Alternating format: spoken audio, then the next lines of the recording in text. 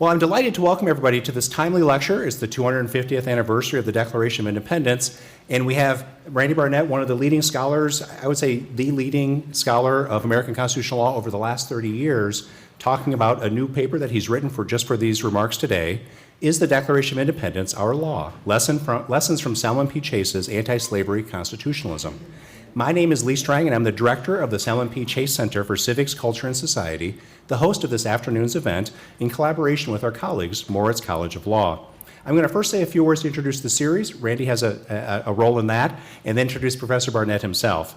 The Salmon P. Chase Distinguished Lecture was started 12 years ago by Professor Barnett at the Georgetown Center for the Constitution. The Georgetown Center, founded by Professor Barnett in 2012, is the national leader in scholarship, programming, and education, and how best to remain faithful to the Constitution's text. And I had the privilege of spending an extraordinary semester there researching and writing, and the Georgetown Center is one of the models for the Chase Center. The Georgetown Center, among many other activities, inaugurated the Salmon P. Chase Distinguished Lecture Series in 2014 and hosted lectures on numerous topics, including the 13th Amendment, the Bill of Rights, and of course, Salmon Chase himself. Last year, Professor Barnett graciously transferred the Distinguished Lecture Series to Ohio State University in the Salmon P. Chase Center. So thank you, Professor Barnett, for doing that. So it's especially delighted tonight to be able to introduce Professor Barnett and as our Salmon P. Chase Distinguished Lecture. Our Distinguished Lecture Series advances understandings of citizenship well lived and pays tribute to Salmon Chase's immense legacy and impact. And more than any other single person, Professor Barnett and I were just talking about this, he's responsible for the increased appreciation of Chase among scholars as a leader of anti-slavery legal thought. And Professor Barnett's lecture this afternoon will exemplify Salmon Chase's role. Professor Barnett is the Patrick Hotung Professor of Constitutional Law at the Georgetown University Law Center and the faculty director of the Georgetown Center for the Constitution. He asked me to keep his bio brief, which is challenging. I'll just catch some highlights. After graduating from Northwestern and Harvard Law School, he tried many felony cases as a prosecutor in the Cook County State's Attorney's Office in Chicago and has collected the best of those stories in his new memoir just published weeks ago, Felony Cases. And the books are, for those who came, the first 20 guests were able to get a copy, and Professor Barnett has graciously agreed to sign them, so come up afterwards and he'll sign your copy. Professor Barnett is the author of over 100 articles and book reviews and 14 books, which is an amazing number, including my personal favorite, Restoring the Lost Constitution. Among many other landmarks of his career, in 2004 he argued the medical marijuana case, Gonzalez versus Raich, before the U.S. Supreme Court, and in 2012 he's one of the lawyers representing the National Federation of Independent Businesses in its constitutional challenges to the Affordable Care Act in NFIB versus Sebelius. He blogs on Bullet Conspiracy, and Professor Barnett, as I said, asked me to keep his bio short, and I can't skip this tidbit. He portrayed a prosecutor and served as a criminal procedure consultant for the 2010 science fiction film, how do you fit those two together, Inalienable the movie. So go watch it, you heard it here. If I may offer just a very brief personal reflection about Professor Barnett as a person. Over 25 years ago, he may not remember, he probably doesn't remember this, I was a law student and I had read a recent article that he wrote in 1999, Originalism for Non-Originalists. And so I invited him to debate constitutional interpretation for our Federal Society chapter, which I had led. I picked Professor Barnett up from the airport and then proceeded to pepper him for the next 45 minutes with all the questions about originalism that no faculty member thought worthwhile answering. And Professor Barnett graciously navigated the barrage of questions, including one I remember in particular about a consent justification for originalism, which he devastated, in which he sent then me searching for an alternative justification, which led me ultimately to my current natural law account for the Constitution. Professor Barnett's scholarship and his many professional accomplishments, but even more his generosity to an inquiring young student, itself exemplifies a civic life well lived. In his lecture today, Professor Barnett will argue that the Declaration is a part of our law, and to illustrate, he'll highlight how Chief Justice Salmon Chase used the Declaration as a young lawyer defending fugitive slaves in Ohio and later as a U.S. Senator. He'll speak for about 40 minutes and then leave plenty of time for your questions and comments. Please join me in welcoming Professor Barnett.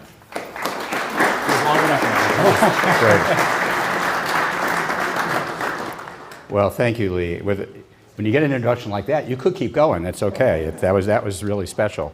It's the one that when they just read my bio off the website that's kind of so tedious. So thank you so much. Thanks for having me here. I'm actually really excited about being here because Chase excites me. He's one of the very few heroes I have.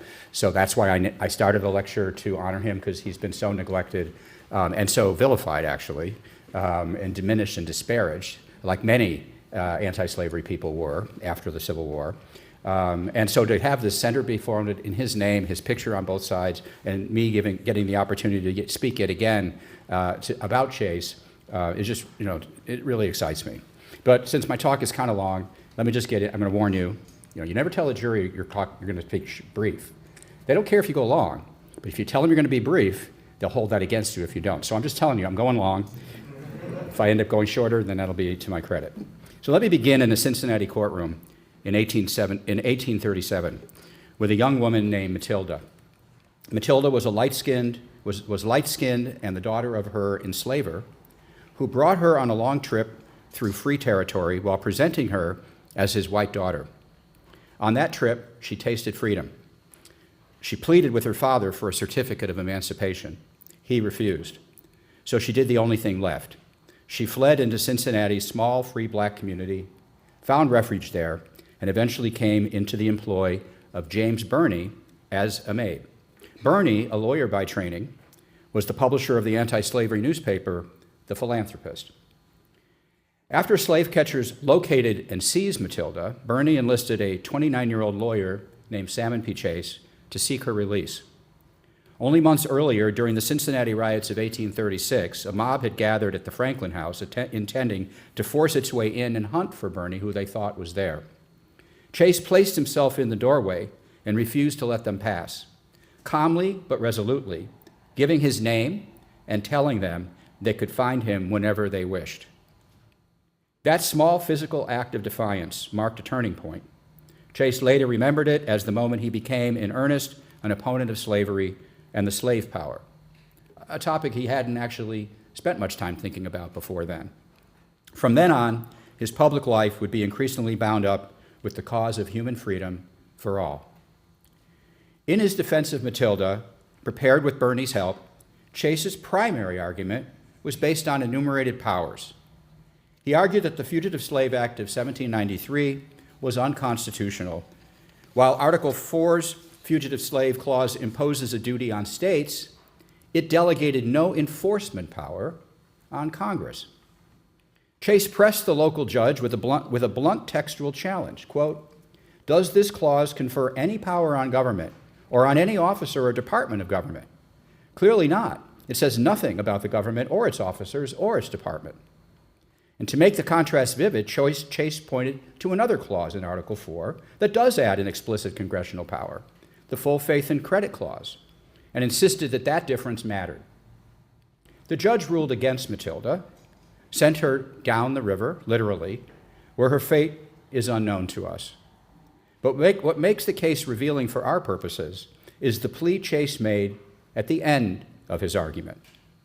In the closing section, which I now read to you at length, Chase told the court, quote, "I have not asked, and I do not ask, on behalf of my humble client, deliverance from imprisonment because that imprisonment is against natural right, but because it is against the Constitution and against the law. I claim, however, in her behalf, that it be borne in mind that there is such a thing as natural right, derived not from any civil constitution or civil code, but from the constitution of human nature and the code of heaven. This court, I'm sure, need not be reminded of the original paramount truth, written upon the hearts of all men by the finger of God, the same in all ages and in all climes, and destined to no change, proclaimed by our fathers in the Declaration of Independence to be self-evident, and reiterated in our state constitution as its fundamental axiom that all men are born equally free." Chase then explained how this axiom of the Declaration should affect the burden of proof in a legal proceeding. Now back to Chase. If the petitioner at the bar cannot expect here the full benefit of this fundamental truth, if her right to freedom must here be vindicated upon narrower grounds, let her have at least this advantage from it. Let her be regarded as free until it be shown by the fullest and clearest evidence that her case falls within some exception to the universal law of human liberty. Let the proceedings by which she is now, without the accusation of a crime and without the suspicion of guilt, deprived of freedom and given a supplicant to this bar, be narrowly scrutinized. Let every provision unfavorable to liberty, whether legal or constitutional, receive a strict and rigorous interpretation.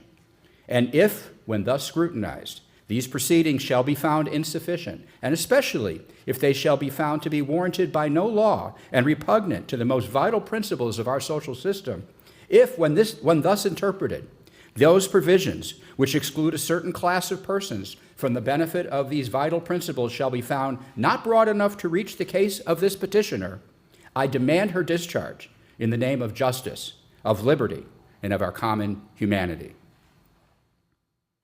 This is not rhetoric decorating a legal argument. This is a legal argument. The Declaration provides the baseline, universal liberty, so that any claimed exception requires fullest and clearest evidence, and any anti-liberty provision is read strictly and rigorously. Now fast forward 5 years, from 1837 to the next major stage of Chase's anti-slavery practice, the Van Zandt case. In 1842, John Van Zandt was prosecuted under the Fugitive Slave Act for assisting fugitives by giving them a ride in his wagon. In Chase's published brief to the U.S. Supreme Court, the Declaration returns as a canonical statement of first principles that shapes how constitutional provisions and federal statutes should be read. In his brief, Chase explicitly addresses the legal status of the Declaration. Quote, "This Declaration was put forth to the world as an expression of the deliberate judgment of the American people. It was adopted and recognized as its own act by every colony which acceded to the Confederation.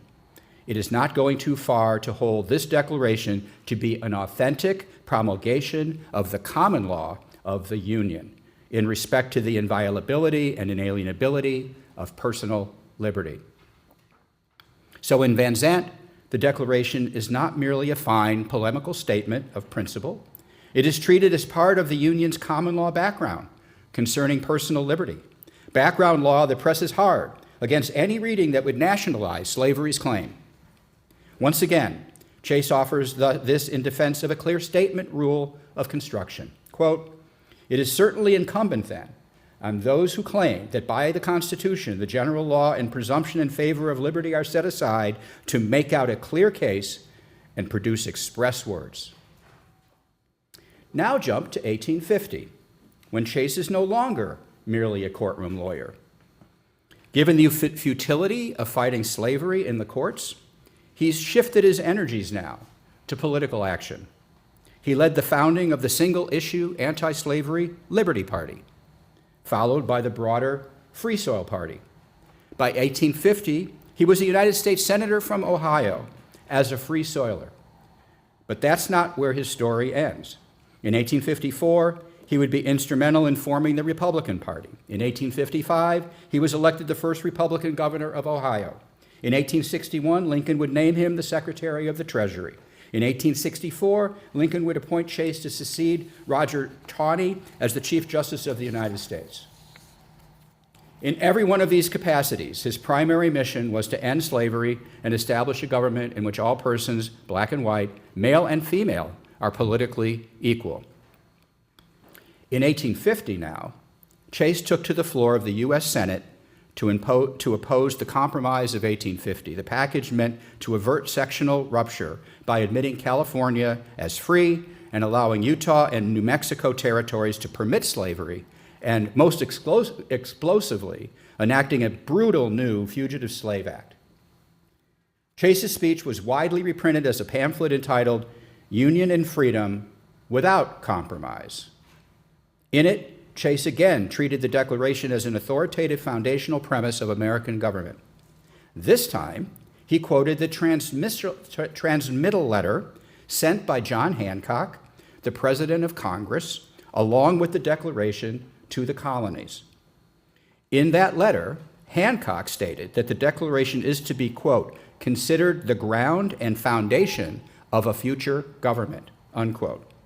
Chase then described the origins of the United States this way, quote, "One spirit pervaded, one principle controlled all this action, a spirit of profound reverence for the rights of man as man, the principle of perfect equality of men before the law. When the American Congress resolved on independence, They solemnly announced the great doctrine of inalienable rights as the basis of the national political faith, the foundation of all just government. Across these three moments, Matilda in the 1830s, Van Sant in the 1840s, and his 1850 speech, Chase is not saying, well, because the Declaration is morally inspiring, judges should do what they think is right. He's saying something narrower and more lawyerly. Constitutional actors, be they in Article 1, Article 2, or Article 3, should follow the fundamental law established by the Declaration. Before judges conclude that the Constitution authorizes a deprivation of liberty, they should demand clear textual warrant, what he calls the fullest and clearest evidence, before adopting an anti-liberty interpretation. Now, to be clear, Chase is not inventing the idea of a liberty-protective clear statement rule out of thin air. Here is John Marshall's classic formulation in the 1805 case of United States versus Fisher. Quote, "Where rights are infringed, where fundamental principles are overthrown, where the general system of the laws is departed from, the legislative intention must be expressed with irresistible clearness to induce a court of justice to suppose a design to effect such objects." This passage was elevated to the consciousness of the anti-slavery movement by Lysander Spooner in the 1840s in his book, The Unconstitutionality of Slavery, and reiterated time and again by Frederick Douglass and other anti-slavery constitutionalists. That sentence, irresistible clearness, became a staple because it does something powerful and modest at the same time. It allows that a legally valid law might be unjust, but it insists that if the law really means to do something that overturns fundamentals, it must say so unmistakably. Now, whatever one thinks about Chase's ultimate constitutional conclusions, what is striking is how naturally he speaks as if the Declaration can operate as law, a principle that justifies a rule of construction inside ordinary legal reasoning. But that's not how many modern lawyers and even some self-identified originalists talk about the Declaration today. In Troxel v. Granville, Antonin Scalia, in dissent, put it this way when discussing whether the unenumerated right to raise one's own children is a constitutionally protected right. Let me note that. The issue was, do you have a constitutional right to raise your own children? And here's how Justice Scalia responded. "In my view," he wrote, "a right of parents to direct the upbringing of their children is among the unalienable rights with which the Declaration of Independence proclaims all men are endowed by their Creator. The Declaration of Independence, however, is not a legal prescription conferring powers on the courts." So he dissented. You do not have a constitutional right to raise your own children. More recently, Amy Coney Barrett took the same position when, during her confirmation hearings, she was asked what role the Declaration might play in interpreting the Constitution. She was asked by Senator Ben Sasse. She answered, quote, and she clerked for Justice Scalia, so I think she was channeling him here, quote, "The Declaration of Independence is an expression of our ideals, an expression of our desire to be free from England. It's not law, however. The Constitution is our foundational law and our governing document. And while the Declaration of Independence tells us a lot about history and about the roots of our republic, it isn't binding law." If what Justice Scalia and Barrett mean is that the Declaration does not authorize judges to enforce whatever they decide to be natural rights, they're quite correct. But they're wrong in thinking that this is because the Declaration isn't binding law. As we've seen, Chase's use of the Declaration provides an alternative approach. The Declaration can function not as judge-made license, but as providing a binding principle that justifies a disciplined rule of construction, a liberty-protective clear statement principle operating alongside enumerated powers and ordinary legal method. The Declaration has this function because the Declaration is our law. By law, I mean something broader and older than whatever a court will enforce tomorrow. I mean publicly adopted, authoritative public acts and principles that constitute and govern political authority. That is, that fix its purposes and limits and supply legally relevant reasons for officials. What both Justice Scalia's Troxel dissent and Justice Barrett's testimony share is an overly narrow conception of what counts as law. To be part of our law, the Declaration need not create a standalone cause of action. It can operate as foundational and higher law that bears on both constitutional interpretation and constitutional construction or implementation. The Declaration is part of American public law in the foundational sense. It is a formally adopted public act that announces the terms on which political authority is justified. The Declaration, not the Constitution, is our founding document. It was carefully drafted, debated, and unanimously enacted by the Continental Congress on behalf of the American people. It justified formal separation from the British Empire by announcing an American theory of government. That, quote, governments are instituted among men to secure the people's inalienable rights, and that political authority is justified only insofar as it exercises what the Declaration calls the just powers of government. The Declaration officially adopts the end, object, or purpose of the constitutional project that followed. After the Articles of Confederation, the Constitution was the second attempt to design institutions capable of achieving that end, securing the people's pre-existing rights through the exercise of just powers. And 2 years later, that same end, protecting the inalienable rights retained by the people, was reaffirmed in the Ninth Amendment. This which I will remind you says, the enumeration in the Constitution of certain rights shall not be construed to deny or disparage others retained by the people. I'm sure you've all memorized it, and you know it by heart. The most important sentence in the whole Constitution. I'm sure you got it down, but I thought I'd just remind you for the sake of the lecture. This understanding of the Declaration as our law does not require the additional claim that natural rights and civil equality would be binding higher law if they had never been authoritatively enacted. That contested question, I'm not denying that, I'm just not affirming it. That contested question can be left to one side. You know why? Because the Declaration was authoritatively enacted, so we don't have to reach that issue.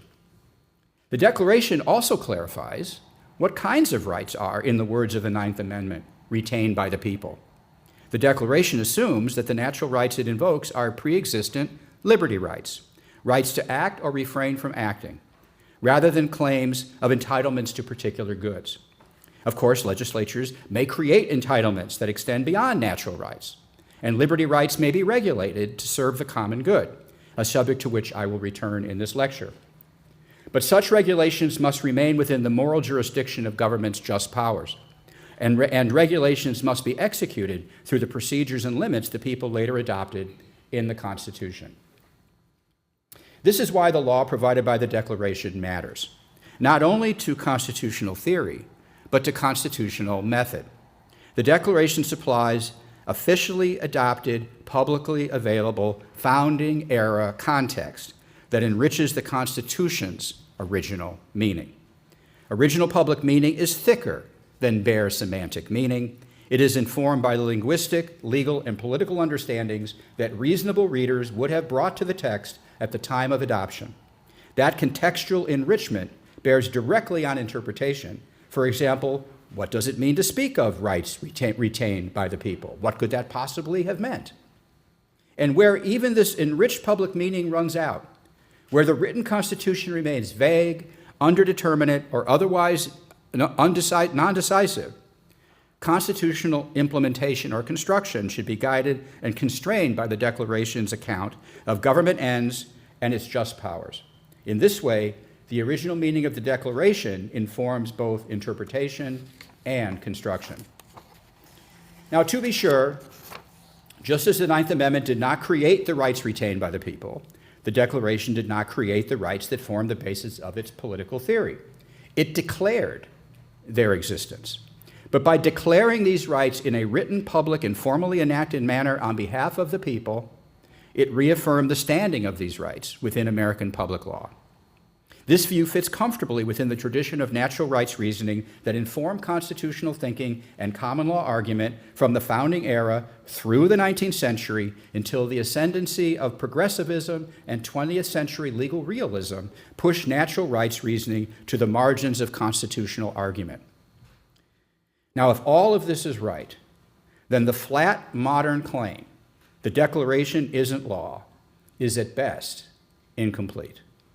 The Declaration may not confer powers on courts in the way a jurisdictional statute does, but it can still function as law in the older, more fundamental sense as the publicly adopted act that gives the Constitution its purpose, fixes the ends of legitimate legislative power, and supplies legally relevant premises, especially premises that shape rules of construction when liberty is at stake. Now, before closing, let me offer two concrete examples of how the American theory of government, officially and unanimously adopted by Congress of the United States in the Declaration of Independence, can affect important doctrines.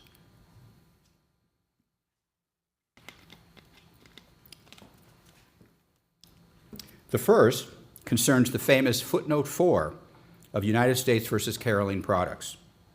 Footnote 4 sketches an architecture for judicial review. Ordinary legislation gets a presumption of constitutionality, and that presumption weakens only in special circumstances. And the first example footnote 4 gives of what the presumption weakens is this: when legislation appears on its face to be within a specific prohibition of the Constitution, such as those of the first 10 amendments. Now, later on, the court in Williamson v. Lee Optical makes this presumption effectively irrebuttable by accepting any conceivable basis for legislative restrictions of an unenumerated liberty as part of what's called rational basis review. But here's the problem. Footnote 4 assumes that constitutional rights function primarily or even exclusively as specific textual prohibitions. On that picture, judges are on solid ground when a law collides with an enumerated right, but otherwise the default is deference. But the Ninth Amendment specifically says that the inalienable natural rights retained by the people, expressly affirmed in the Declaration of Independence, cannot be denied or disparaged on the ground that they are not enumerated in the Constitution. But the text of the Ninth Amendment does not stand alone as our law. It stands with the Declaration of Independence. They stand together. If the Declaration and the Ninth Amendment are both law, then they require a different rule of construction than does footnote 4, a rule that is closer to what Chase urged in Matilda. Liberty is the baseline, restrictions on liberty require justification, and where the Constitution does not speak with precision, courts must not construe enumerations to deny or disparage retained rights. When combined with the Declaration, the Ninth Amendment casts doubt on a doctrinal architecture that treats enumerated rights as the sole legitimate trigger for narrowing the presumption of constitutionality. But wait, as they say, there's more. The second example concerns the scope of the police power of the states. Suppose we accept the premise, one I will not defend here, but will merely assume, that natural rights are best understood as regulable liberties. On this account, liberties may be regulated for the common good, most especially to protect the rights of others. But these liberties may not be subverted or denied. On this view, the question is not whether government may ever regulate liberty. The question is what distinguishes regulation that secures liberty rights from regulation that subverts liberty rights. Once you frame it that way, something follows that is often ignored in modern constitutional talk. If the natural rights to which the Declaration and the Ninth Amendment refer are regulable liberties, and if government exists to secure them, then the state police power cannot be an all-purpose blank check. It needs the same kind of limiting logic that enumerated powers supply at the federal level. At the federal level, we say, Congress may legislate only within a set of delegated powers. which demark its proper jurisdiction. At the state level, however, states have a general police power. But if that general power is treated as a power to do anything a legislative majority can be persuaded to do, as the police power has been treated since at least the 1930s, this comes into conflict with the law contained in the Declaration of Independence. A government instituted to secure these rights cannot be presumed to possess authority to subvert or destroy the very rights it exists to secure. And this is where the idea of supposed or presumed consent did crucial work at the founding and into the 19th century. If governmental authority rests not on express consent, none of us have signed the Constitution or expressly consented to legislation. But if it rests instead on a kind of supposed or presumed consent, then the scope of legitimate legislative power must be limited to what can rationally be presumed. Now, don't take my word for it. Let's start with John Locke. Here's how Locke wrote.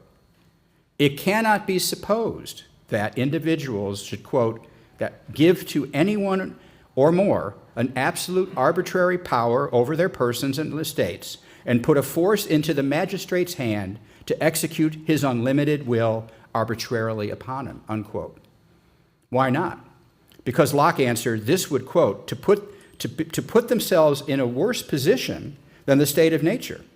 And then applying this to the lawmaking power, the legislative power, Locke wrote, quote, the power of the society or legislative constituted by them can never be supposed to extend farther than the common good, unquote. Because, quote, no rational creature can be supposed to change his condition with intention to be worse, unquote. When the consent of the individual is not expressed but supposed or presumed, then this supposition or presumption has its limits. Now listen to the continuity of this idea across the American tradition. In his opinion to President Washington on the constitutionality of a national bank, Edmund Randolph, our first Attorney General, wrote, quote, a legislature instituted even by a written constitution, but without special demarcation of powers, in other words, a state constitution that doesn't have enumerated powers, may perhaps be presumed to be left at large as to all authority which is communicable by the people and does not affect any of those paramount rights which a free people cannot be supposed to confide even to their representatives.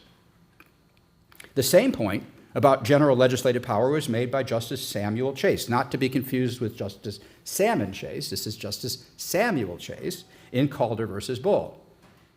Quote, it is against all reason and justice for a people to entrust a legislature with such powers, and therefore it cannot be presumed that they have done it. Now, whatever one thinks of each of these thinkers, the shared structure is unmistakable. When legitimacy depends on supposed or presumed consent, there are things that cannot be supposed and cannot be presumed to have been surrendered. When combined with the Declaration, the limits of presumed consent has direct implications for the police power of states. If rights are regulable liberties, then the police power must be understood as a power to regulate the exercise of liberty in ways that secures rights, protecting others from force and fraud, preserving the conditions of public order, and pursuing genuine public goods within the moral jurisdiction of government's just powers. The power to regulate how a right may be exercised is not the power to subvert or deny that right. So on the Declaration's theory, there is a limit on the legislative power that is not optional and not merely prudential. A government created to secure rights lacks the just power to destroy them. And if legitimacy rests on consent, it cannot be presumed that the people authorize their own subjugation. What is needed is a conception of the police power that Thomas Cooley, the most prominent legal scholar in the late 19th century, provided in his 1868 treatise aptly entitled A Treatise on the Constitutional Limitations which Rest upon the Legislative Power of the States of the American Union. There he defined the police power of states as, quote, its system of internal regulation, by which it is sought not only to preserve the public order and to prevent offenses against the state, but also to establish for the intercourse of citizen with citizen those rules of good manners and good neighborhood which are calculated to prevent a conflict of rights and to ensure to each the uninterrupted enjoyment of his own, so far as reasonably consistent with a like enjoyment of the rights of others. The Declaration presses towards a more serious account of what the police power is for and what it is not for, an account that functions at the state level in a way analogous to enumerated powers at the federal level, not a list of specific subjects, but as a theory of jurisdiction, what counts as the common good, what counts as securing rights, and what crosses the line into subversion. The Declaration's law does not give judges a free hand. Indeed, a judge is required to place the principles adopted as law by the Declaration above his or her own political convictions. They don't like the Declaration. They don't like inalienable rights. The Declaration supplies legally obligatory premises about what government is for and what powers can be justified. These legal premises, in turn, shape rules of construction, burdens of justification, and the boundaries of legitimate governance. Without the law provided by the Declaration, we have a free-floating constitutional text which doesn't even protect the rights of parents to raise their own children, unmoored from the moral principles that give it the legitimacy required to bind we the people in conscience. Thank you.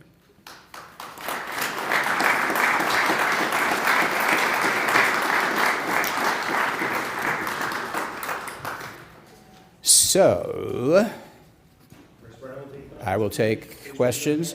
I'll even take comments. I'm not even one of those guys that says, oh, you have to ask a question in the form of a question. I don't like that. You want to make a comment? Feel free. Make it civil, make it short, but it can be a comment. And I think we need to use microphones for purposes of the recording, so once you've raised your hand, we have a mic coming. Do we have it right here? You want to see him right here?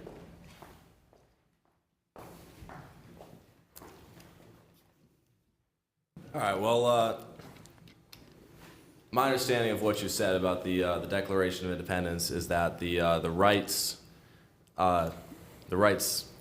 laid out, the unalienable rights, are effectively an American common law. Is that right? That's certainly part of what I said, yes. And if so, how broad are those rights? How broadly should they be enforced for the purposes of constitutional law? And why do most arguments about rights not explicitly laid out in the Constitution or the first 8 amendments focus on the 9th Amendment rather than the Declaration? Okay, well, one reason I think they focus, you're asking why do they focus on the 9th Amendment and not on the Declaration? Was that the last question, part of the question? Yeah. Okay, well, let me just address that first before I get down to the first part. I think that's because it's in the Constitution and the Declaration's not in the Constitution, so that just seems to leave the door open to talking about it, notwithstanding the fact that I need to, what I said about the 9th Amendment being the most important sentence in the Constitution that I know that you've all memorized, I actually know that that's not true. No, I think it is the most important sentence. I'm not saying that. I know you don't think that. Nobody thinks that but me. And so it is actually called the forgotten 9th Amendment. So I'm being somewhat facetious. But I think that's a tragedy. I think that's awful. And the Declaration argues for why it's awful. But I think that's part of it. It's because there's lots of reasons why the 9th Amendment has been ignored, which go to the first part of your question. What are all of these rights you speak of? What are they? Tell me what they are, so I know what they are, because I can't agree with anything unless I know what the answer is in advance. And I get that, but that's really a function of the modern theory of constitutional rights, not the historic theory of natural rights. The modern theory of constitutional rights, and this is getting into a bit into what the book that I'm currently writing about, a libertarianism for the real world. The modern conception of rights is what Ronald Trump called trumps. So if you have a right, you win. That's how strong a right is. If you say, I have a right, you think about the right to keep and bear arms, of which I'm an extremely strong supporter. I'm a concealed carry permit holder. And so, I'm a very strong advocate of the Second Amendment, but people who are advocates of the Second Amendment think that what is it about a right shall not be depreded that you don't understand? So there should be no gun laws at all. because the right is absolute and it trumps. That is not the historic way that rights worked. If you take that view of rights, you have to limit yourself to recognizing only a very small number of rights. Because if you have too many of them, government will just cease to function, and that can't be right. So we have to limit ourselves to what lawyers call fundamental rights, just the special ones, as a practical matter. But that's actually not how I think natural rights were thought. Natural rights, I think, were not trumps. They were regulable liberties. They put the burden on the government to justify what they were doing as necessary and proper within the proper scope of their powers at the federal level, within the enumerated powers, and at the state level, within a properly constructed theory of the police power. And so, if you take this view of rights, rights don't do that much work anymore. The first view of rights do all the work. Because by establishing a fundamental right, that's the only thing that gets you a remedy. And no fundamental right, good luck, you're out of court. Under the historic view of rights, rights do a work by burden shifting and by putting the onus on government to justify its actions under a theory of its powers, and it's powers that does the work. At the federal government level, it is the enumerated powers and the scope of the Commerce Clause and the Necessary and Proper Clause that does the work. And at the state level, it is what Cooley talked about in terms of the limitations on the legislative powers of states that does the work. Now, that doesn't mean that work is easy. That work is complicated, it's difficult, but we've been asking the wrong question. Rights don't give us the answer. Rights raise the burden that requires powers to give us the answer. And so that's where we would have to look. What are the legitimate powers of government? And is a law actually fulfilling that legitimate power, or is that power being invoked pretextually, not because it is the end or purpose that the legislature is seeking to do, but it's seeking to do something else while subverting the right under the pretext of regulating it. That's what courts should be doing. They should be doing scrutiny, and courts know how to do that. So that's not that foreign. But you raised two great questions in one. You didn't realize it. There's two great questions in one. But everybody else just has to ask one question. If they don't have to ask two questions. Judge Sutton, I've been waiting to question you in my court for decades. Well, Professor Barnett, thank you so much for being here. It was just the whole time I was so. I'm a very impatient guy. I lose track of things very quickly, and I was paying attention the whole time, and I just loved the talk. And we're so lucky you're here. So thank you so much for being here. I really appreciate it. It's possible that while I was listening, I didn't completely understand parts of the talk. So feel free to just say, Jeff, you missed it. But at one level, I could see, I'll accept the idea that the Declaration of Independence is either law or a reflection of background principles, even background natural law. That's all. I'm good with that. But why wouldn't you say, given the Declaration of Independence context, it's just as likely creates a pro-democracy rule of construction as a pro-liberty rule of construction? Because the central problem was we weren't represented in Parliament. So you could see, I suspect that's what Scalia would have other things, but I suspect that might be one thing he might say, that even if we call it law, why does it generate a pro-liberty rule of construction as opposed to a pro-democracy rule of construction, where if democratically elected people did something, we should start with the assumption it's okay? Okay, lots there. And I think you did understand the talk, you just disagree with it, which is fair. I have a couple of different ways of responding. Let me just start by saying what the Declaration says is to secure these rights, governments are instituted among men, deriving their just powers from the consent of the governed. So it does have consent of the governed in there. So that might give some support to your claim, depending on what it meant in context. I think what that meant in context was, which government governs us? Which government governs us? Great Britain or us? And the claim was, we are now declaring independence, and we get to say which government governs us. It is not a statement of legislative supremacy. It is not a statement of majoritarian will. It's not a statement of any of those things. The purpose of government, it says, is to secure these rights. Governments are instituted among men. The rights, which rights? The rights in the previous sentence, the inalienable rights to life, liberty, and the pursuit of happiness. Okay, that's one answer. Second answer, the Constitution, neither the Declaration nor the Constitution established a democracy. My book, Our Republican Constitution, Securing the Liberty and Sovereignty of We the People, argues that it was established was a republic and not a democracy. The majoritarianism, that democracy was actually a word of opprobrium by the founders.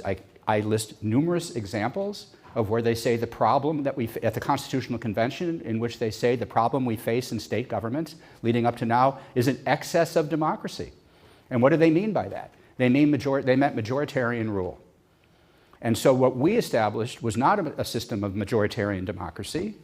What we established was a Republican form of government that was premised on the protection of individual rights of we the sovereign people, each and every one of us. Not the will of a majority of the sovereign people, but the rights of each and every person in the United States. And those rights would be secured by structural protections, first in the Articles of Confederation, and when that proved to be inadequate to the task, then by the Constitution, and when that proved to be inadequate to the task, then by the Reconstruction Amendments of the 13th, 14th, and 15th Amendments, which are really what we need to judge our Constitution by, not the original Constitution, but the amended Constitution, when our original Constitution was highly inadequate to the task of protecting the rights of each and every one of us, which is what a Republican form of government should be protecting. Now, I know I should probably not do this, but let me just give you a second bite. Does that help?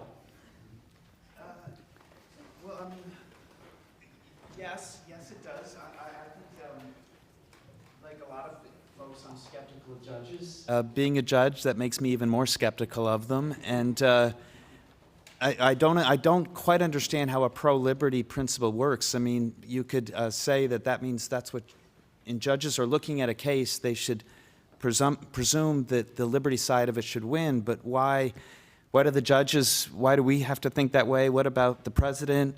What about the legislature? I'm not about supremacy of the judges being the only game in town. So that starts to get pretty complicated, because the legislature is the one that passed the law that infringed the liberties. So, I think the first questioner identified the other risk of just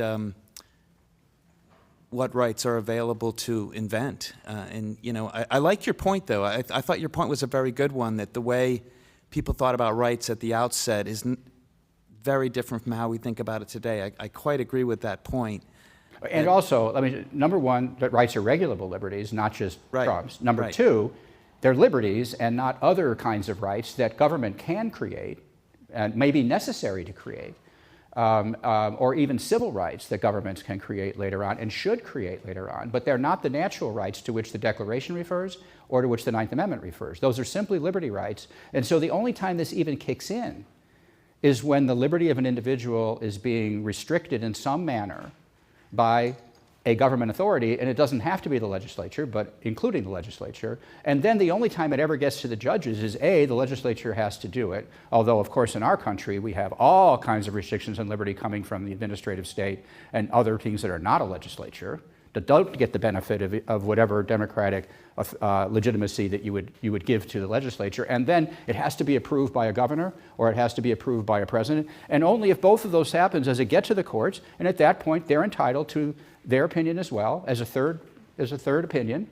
You go to a doctor, you get two opinions, maybe you get a third opinion, and this is the third opinion, and they have to go along with the program simply by asking the legislature, what are you trying to do?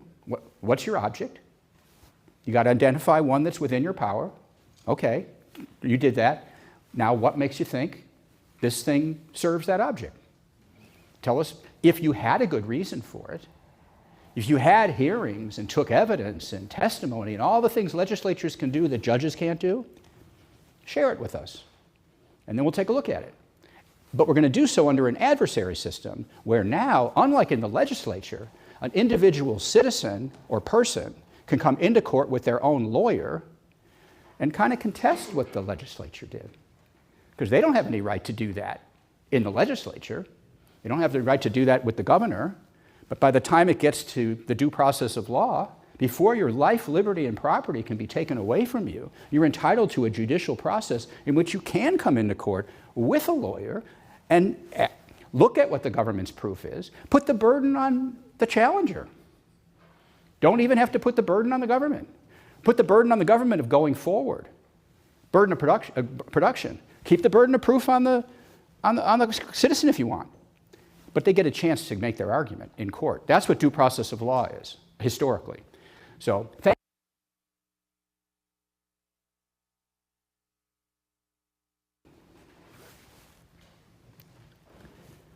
Barnett, thanks for being here. It's a privilege to be in the same room with you. I've followed you for decades. My question is... I guess I should look over my shoulder from now on. And I anticipated that you would be so humble. My question is still somewhat inchoate, so I ask for your... Could you introduce yourself? You know. Oh, I'm sorry. My name's David Lyons. How are you? Hi. Good to know you. There's an old New Yorker cartoon that has a very complex mathematical expression. And then in parentheses, a statement, a miracle happens equals 1. And with due respect, I have a feeling that your appeal to Lockean rationality is doing a similar type of work to the a miracle happens bracketed expression. And I don't want to sound like a filthy postmodernist, but I guess I'm going to. And that's totally on you. I'll add it to my list in the confessional. It seems as though your argument depends upon the claim that the kind of commercial society that obtained in the late 17th century that has grown and prospered since then, that's the kind of social order that rational actors would arrive at, and that the kinds of liberties that rational actors would arrive at, just using natural reason, the kind of reason that Locke appeals to. And I guess maybe this is more just a comment, but I'd like your response or thoughts on it. I mean, human beings have constructed other types of social arrangements that didn't proceed from the same predicates of commercial society. And are we then to assume that those societies were irrational, or that in some way the kind of society we enjoy today is the way it was always supposed to be? Am I making any sense? Sort of, maybe. Okay. I'm trying to do the best I can with it, because it's big. I mean, and it's sweeping. It is postmodern, or whatever you want to call it. So let me. I prefer humble, but okay. All right, so let me figure out how do I approach this. First of all, there's nothing particularly commercial about anything that I've said. Remember the example that I gave was the right to raise your own children? What do you think about that? You think that there's something particularly American about society? I mean, we know that there's Sparta, okay? We know Plato had a cool idea that people should have their children taken away from them and raised in group nurseries. I mean, that was his, that's an idea so dumb, only an intellectual could believe it. But it's something that he believed. But generally speaking, don't you sort of think that most societies say people should have the right to raise their own children? I mean, really? That's not commercial. That's just sort of a fundamental right of the kind that most people recognize. I do think most of the fundamental rights that constitute natural rights are the kinds that most societies in fact do recognize. Most societies recognize private property. Most societies recognize contract. Most societies recognize a tort or some kind of offense. They may not call it a tort. This is something that's not particularly American. It's not even particularly Western. And there are certain things about the rule of law that might be particularly Western, maybe, I don't know, but not the fundamental rights themselves. Which is not to say that we haven't had great unjust societies throughout history, including in our own, in which some people were considered to be the property of other people, which is like the height of injustice under the views that Salmon Chase and the natural rights views that Salmon Chase and the other anti-slavery people put forward, citing the Declaration of Independence in support of that proposition. So of course injustice can occur here and elsewhere. So I just think that it just isn't it just isn't an objection to anything that I said. I will go back again to reiterate what I said in response to several questions, and that is that the onus should be on what is the just powers of the government, and we can disagree about that, and we will disagree about that. But I think the Declaration basically puts the burden on those who argue for the just powers of government to make out the case. And then those of us who disagree will argue the other way. Go ahead. First of all, let me just be clear. Yes, I think parents should be allowed to raise their own children. The Great. presumption is that. That said, I do think that there's a democratic response to laws that interfere, and if parents aren't democratically engaging with such laws, I think we have bigger problems than constitutional. Oh, I thought you were going to make the point that this right that parents have, this guardianship right that parents have, is not unlimited, because children themselves have rights, and their rights can be abused. And if their rights are demonstrably abused, then parents can can have their custodial rights taken away from them. Something I agree with. So yeah, these are regulable. These rights are regulable liberties. These rights are not trumps. So go ahead. Yeah, we're not in disagreement on parental rights and that they're Terrific. robust. Let's build from there. I guess my response to your broader answer, though, is what you've said doesn't sound to me as an argument about rationality. It sounds like an argument about historical majoritarianism, which is a different kind of argument. I don't think that's the argument I'm making, but I will just pass on to some other question. Okay, no. Right. We need a microphone for you, sir.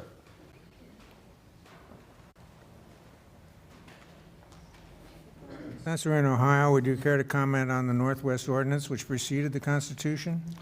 The Northwest Ordinance, very interesting document, because in the Northwest Ordinance, the ordinance from which the future states of Ohio, Indiana, Michigan, Illinois, Wisconsin, and parts of Minnesota were to be formed prohibited slavery. And the body that passed the law prohibiting slavery was sitting in New York at the very same summer that the Constitution was being drafted in Philadelphia, which tells us a lot about the anti-slavery presumption that was operating at the time. And here's the other funny thing about the Northwest Ordinance. It was unanimously adopted in Congress by every state of the Union, voted for by every state of the Union, including the southern slave states. What the thing about the Northwest Ordinance, and Salmon Chase and the anti-slavery constitutionalists made a very big deal about the Northwest Ordinance. What was interesting about the Northwest Ordinance, it's evidence of the fact that at the very moment that the Constitution was enacted, there was an overwhelming intellectual consensus. That doesn't mean unanimity, but consensus that slavery was unjust, against the fundamental rights of man, and inconsistent with the Declaration of Independence. That didn't mean they were going to necessarily do anything about it immediately, but what they did was actually pretty impressive when you think about it. And that is, when the Declaration of Independence was adopted, every single state in the Union had slavery. 11 years later, by the time the Constitution is adopted, which is the same year the Northwest Ordinance is adopted, half of those states had already either abolished slavery or were on the way of abolishing slavery. And the 14th state to be admitted to the Union, the state from the Republic of Vermont, was the first government in the history of mankind to have a constitution that prohibited slavery before it joined the Union. That was our 14th state. So this shows where the trend line was thought to be, which is why the Constitution didn't refer to slavery expressly and only euphemistically, because the trend line was anti-slavery, it was going to go away. But then that's not what happened. What happened was the cotton gin gets invented, the steam engine gets invented, and all of a sudden, plantation cotton becomes extraordinarily profitable. One reason why slavery was thought to be dying out is because the kind of crops that slaves were being asked to produce, like tobacco and other things, were of diminishing utility and diminishing economic benefit. But once the cotton gin was invented, and so the seeds could be separated from the fibers really, really easily, then harvesting large amounts of cotton balls using slave labor became enormously profitable, and that is when, in the United States, began the development, for the first time, of an expressly pro-slavery ideology, which hadn't existed up till then, not as an ideology, a very ardently, increasingly ardently pro-slavery ideology. And then that ultimately got met by a very anti-slavery movement, an anti-slavery ideology that Salmon Chase was a part of. And so thank you, sir, for asking me about the Northwest Ordinance, because it tells a completely different story than we normally think about the founding. The Constitution was enacted in this very narrow window in which the intellectual trend is going one way, and that for economic reasons is turned in a completely wrong direction. And it takes a civil war with 500,000 people dead and the adoption of at least 3 constitutional amendments to finally correct that problem.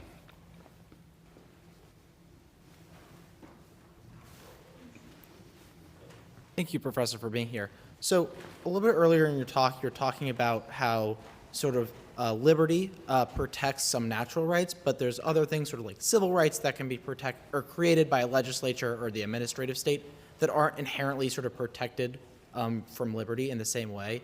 And so I'm curious what you see as sort of a limiting principle. Could you say that? What is what? I'm curious what you see as sort of a limiting principle on liberty when judges are looking at something.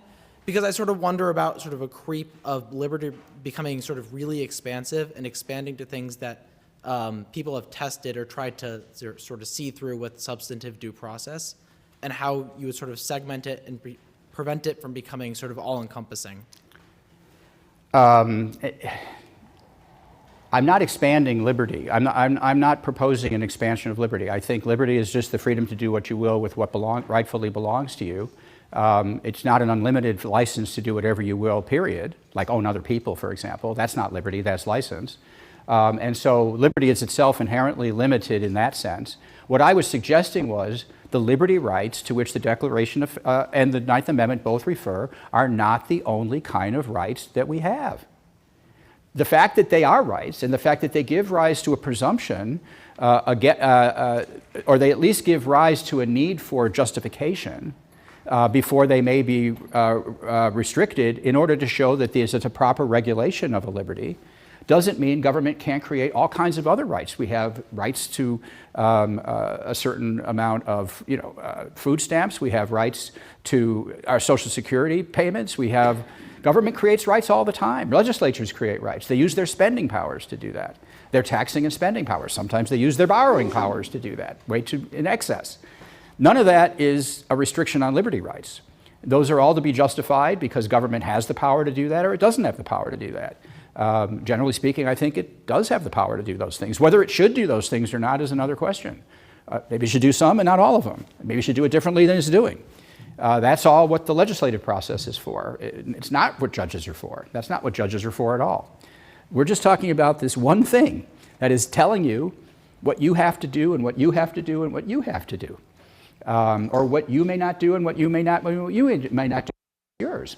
What time do you get up in the morning? What time do you go to bed at night? What are you going to wear? What are you going to eat? When are you going to go here? How are you going to get from this place to that place? You're going to go to school? You're going to get a job? These are the liberties I'm talking about. And before government can tell you can't do it, they have to have a justification that's within one of their just powers. And there should be some opportunity, if you're on the receiving end of their command, to ask for the justification to be presented to you. And then have a neutral tribunal of justice sort of decide who has the better of the argument, which is what these terrible judges are supposed to be doing.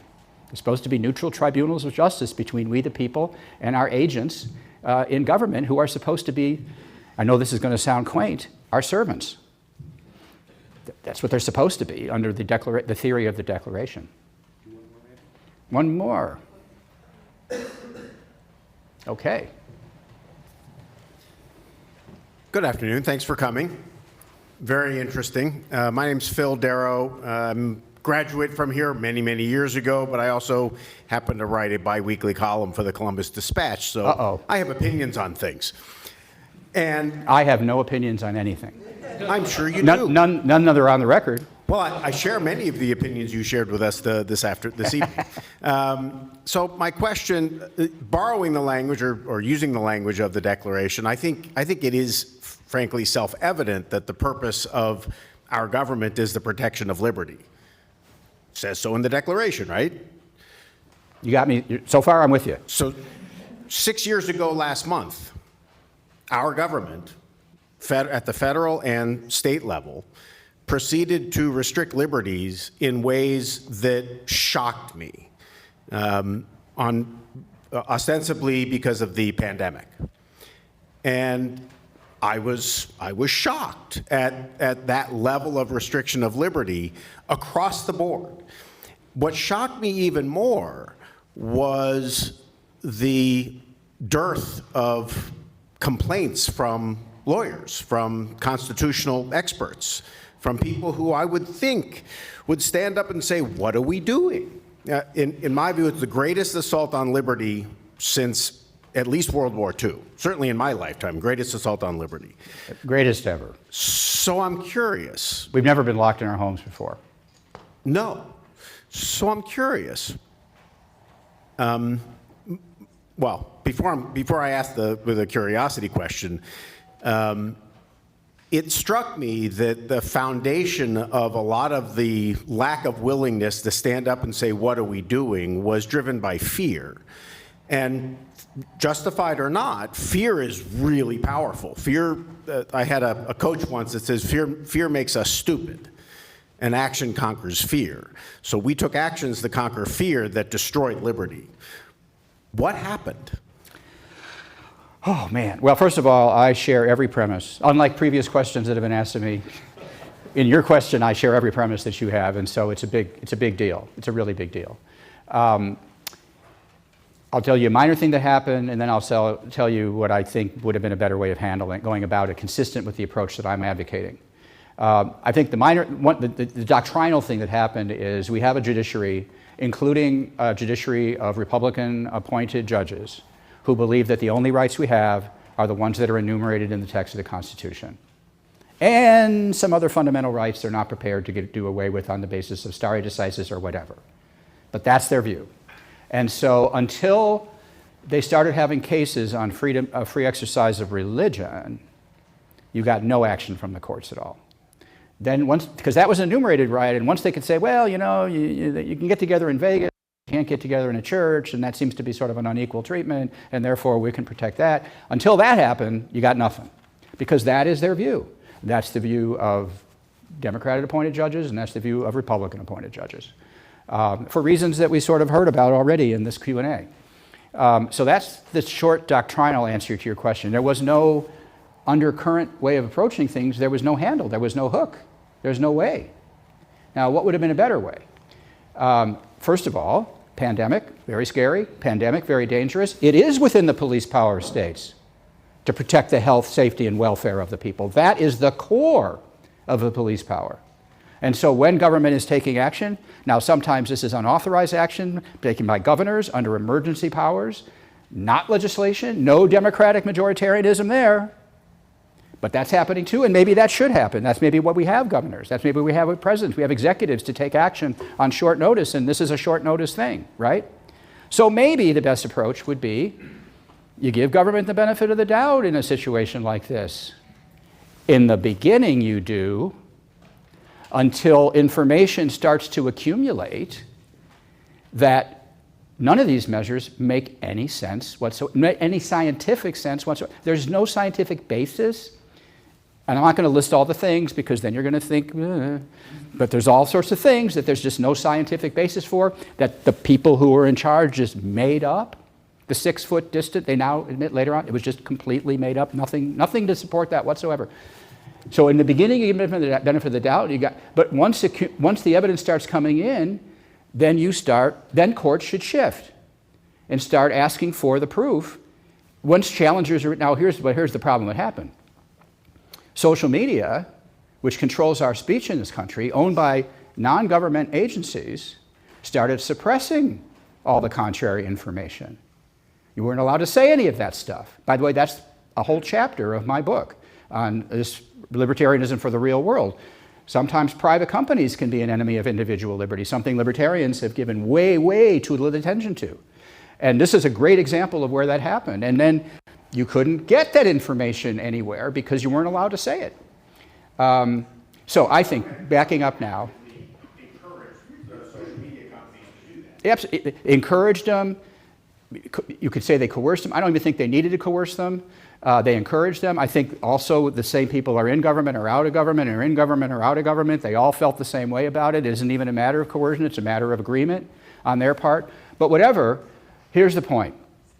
This doesn't, if rights are regulable liberties and governments are within their just powers to protect the health, safety, and welfare of the people, and if even you're going to give them the benefit of the doubt, but you can challenge them, that go with it until evidence starts arising that they don't actually have a basis for what they're doing, and then stop it. And it could have been stopped months before, years before it was stopped. It could have been stopped after a few months is what I'm trying to say. And I think that would have been the constitutional due process of law way of handling this.